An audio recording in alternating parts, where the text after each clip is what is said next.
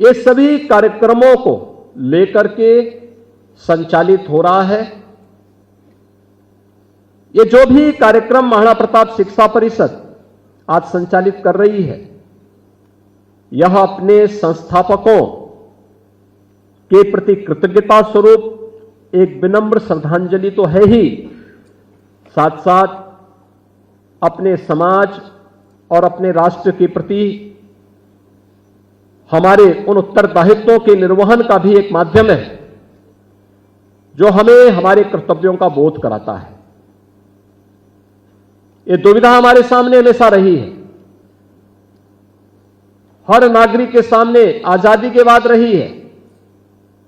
हम में से हर व्यक्ति देश के प्रति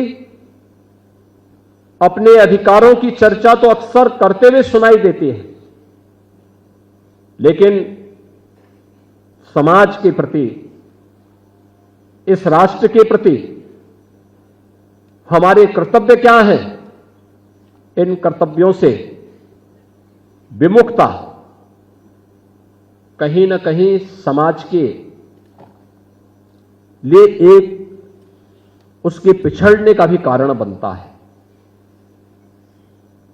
हमारे लिए यह अभियान उन कर्तव्यों के प्रति हमारे उत्तरदायित्वों के निर्वहन का एक माध्यम बनता है, जो एक नागरिक के रूप में हमें अपने समाज को, अपने देश को देना चाहिए। और आज महाराणा प्रताप शिक्षा परिषद और उससे संबद्ध संस्थाएं इस अभियान के साथ जुड़ी हैं। संस्थापक सप्ताह समारोह का यह कार्यक्रम एक सप्ताह के अंदर महाराणा प्रताप शिक्षा परिषद, गोरखपुर और पूर्वी उत्तर प्रदेश के उन विभिन्न संस्थाओं को आपस में एक दूसरे को समझने, जीवन में स्वस्थ प्रतिस्पर्धा और टीम वर्क का क्या महत्व है, इसको जानने का भी एक अवसर हमें प्रदान करता है। यहां पर हमारे वे छात्र आए हैं जिन छात्रों ने वर्तमान में महाराणा प्रताप शिक्षा परिषद की विभिन्न संस्थाओं में 50,000 से अधिक छात्र छात्राएं अध्ययन कर रही हैं। लेकिन आप सौभाग्यशाली हैं, उन 50,000 छात्र छात्राओं में इस एक सप्ताह के अंदर हुई विभिन्न प्रकार की प्रतिस्पर्धाओं में जिन्होंने स्थान प्राप्त किया है, उन प्रतिस्पर्धाओं में आप सौभाग्यशाली हैं कि आप में से किसी एक व्यक्ति का चयन हुआ है। योग्यता छात्रवृत्ति जो विभिन्न क्लास के बच्चे मेरिट में आते हैं, वे छात्रवृत्ति वितरण का कार्यक्रम कल उन्हीं संस्थाओं में जो समारोह होंगे, वहां पर उन बच्चों को वहां पर शिक्षा परिषद के माध्यम से वितरित होगा। लेकिन इस साप्ताहिक समारोह कार्यक्रम में जो विशिष्ट रूप से जिन्होंने स्थान बनाया है, उन छात्र छात्राओं को यहां पर आज इस मंच के माध्यम से मुख्य अतिथि के सानिध्य में आज उन्हें यहां पे सम्मानित करने का काम यहां पर कार्य हो रहा है। मैं इस अवसर पर आप सभी छात्र छात्राओं को, जिन्होंने इस साप्ताहिक कार्यक्रम में प्रतिभाग किया, स्थान बनाया और आज उन्हें सम्मानित किया जा रहा है, उन्हें बधाई देता हूं,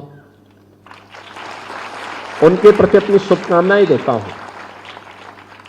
और इस अवसर पर मैं उनसे एक बात कहना चाहूंगा। आपने देखा होगा, प्रतिस्पर्धा जीवन में जीतता वह है जो हिम्मत नहीं हारता है, धैर्य बनाए रखता है। हमारे जीवन में हार कब होती है? जब हमारा दृष्टिकोण नकारात्मक होता है, दूसरों को कोसने की जो प्रवृत्ति है, अगर हमारे मन में यह भाव आ जाए कि अंधकार को क्यों धिक्कारे, आओ मिलकर दिया जलाएं, तो मुझे लगता है कि फिर कहीं अंधकार रहेगा ही नहीं। हर व्यक्ति मिलकर के एक साथ आगे बढ़ने लग जाए तो कहीं भी अंधकार नहीं रहेगा। जीवन में प्रतिस्पर्धा का महत्व क्या? सामूहिकता का, टीम वर्क का। एक स्वस्थ प्रतिस्पर्धा का हिस्सा बनने में कितना आनंद की अनुभूति होती है। ये केवल एक गेम में नहीं, बल्कि पूरी जनरेशन में वह उपयोगी होता है और हमें उसका हिस्सा अपने आप को बनाना पड़ेगा, उसके साथ अपने आप को जोड़ना पड़ेगा।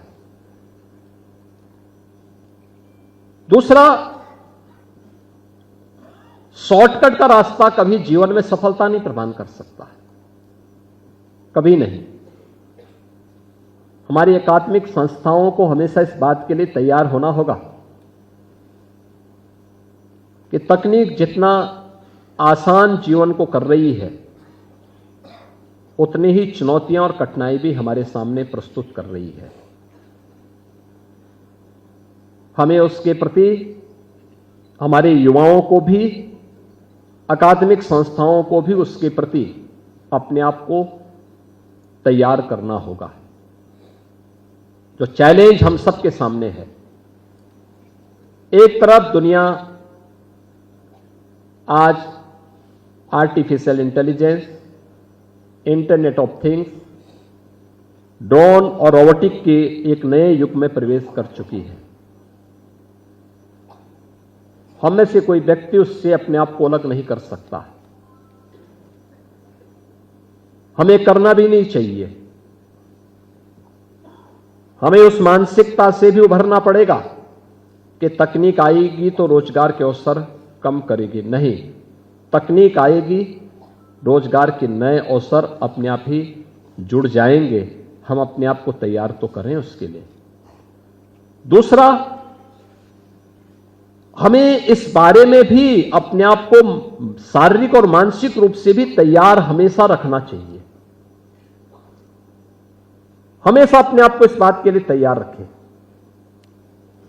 आज जो दो चुनौतियां हमारे सामने, युवाओं के सामने हैं, एक नशा,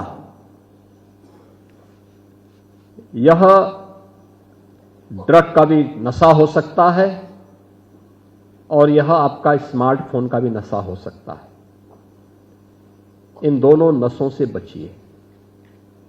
जितना बच पाएंगे उतना ही आप अपने आप को भी बचा पाएंगे, देश के भविष्य को भी बचा पाएंगे और अपने परिवार, अपने समाज और अपने राष्ट्र के प्रति अपने उत्तरदायित्वों का निर्वहन कर पाएंगे। तेजी के साथ नशा माफिया युवा पीढ़ी को अपनी चपेटे में लेने का कुत्सित प्रयास करता है। अकादमिक संस्थाओं को उसके प्रति उतना ही अलर्ट रहना पड़ेगा। युवाओं को उसके खिलाफ एक नई लड़ाई लड़ने के लिए अपने आप को तैयार करना पड़ेगा, क्योंकि देश का दुश्मन किसी न किसी रूप में आपके बीच में घुसना चाहता है। उसको हम अवसर न दें। दूसरा, स्मार्टफोन पर जो आपका अत्यधिक समय खर्च हो रहा है, इसको कम करिए।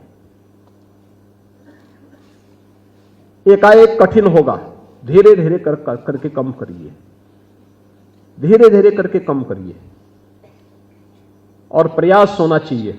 आवश्यक हो तभी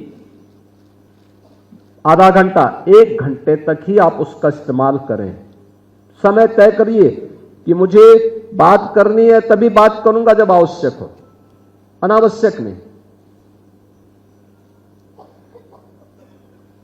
यह आपकी आईसाइट को भी प्रभावित करेगा, आपके मस्तिष्क को भी कुंद कर देगा, आपकी